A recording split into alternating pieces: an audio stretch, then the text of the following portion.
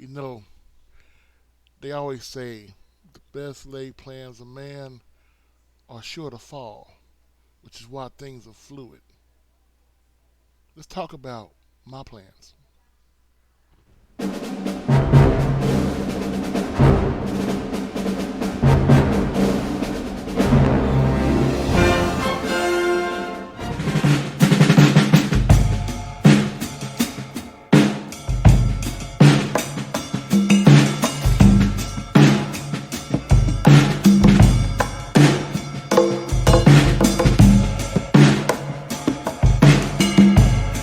You know, people, I've been telling y'all about Howard University.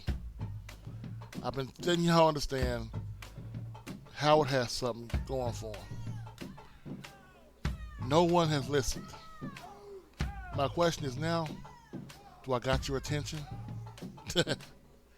Let's talk about what Howard University just did to the reigning, undisputed, undefeated, national black champion. And let's talk about that 50-piece crispy with lemon pepper them boys got. Hey, I'll be honest with you folks. 100% honest with you right now. I saw this shit coming a mile away. Nobody else saw it. They always talking after the fact. If you were not a Howard University alum, if you were not somebody who watched Howard football, you wouldn't seen this coming. The two-headed monster in the backfield is the end. It's the kryptonite to NC Central. Because the thing is, when you have a two-headed monster like Hunter and, of course, James Jr. in their back, who do you key on? And once they do get free, break a couple long runs, then you start worrying. You start loading the box. Once you load the box, they're going over the top. It's called having a balanced attack. See, a balanced attack is something a lot of FCS and HBCU teams don't understand. Hell, even a couple of FBS Power 5 schools I name don't understand about a balanced attack. That's why they are not winning. Central came in thinking they were playing the same Howard from last year.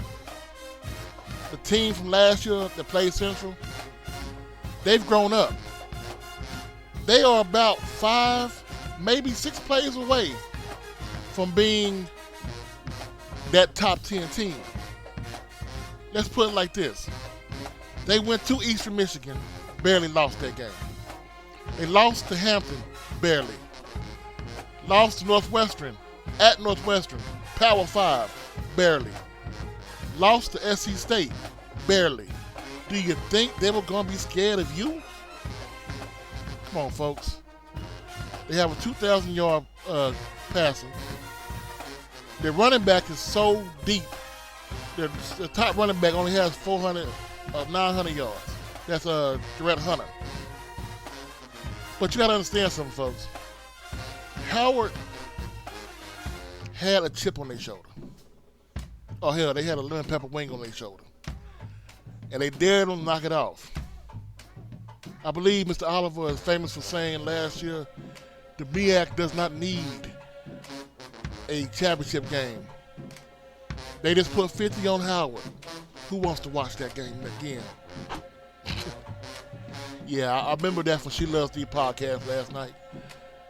But 100%, folks, now that Howard is knocked Central out, all they got to do is win next week against a very, very tough Morgan State team. That's your MEAC championship.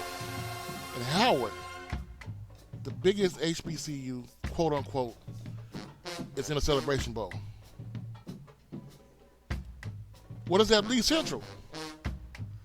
Well, the good thing they are called the Eagles because they're going to go to the playoffs because the people who picked them to win the MEAC had them ranked so high they can't knock them out of the playoffs.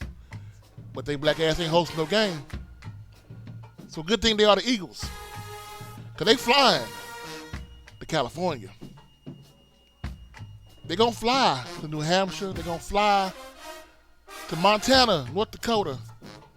Hell, they may put your butt in Alaska. Get ready to fly, Eagles, fly. But we're going to see Howard, if they can finish next week in the Celebration Bowl. As for me, I love it when a plan comes together.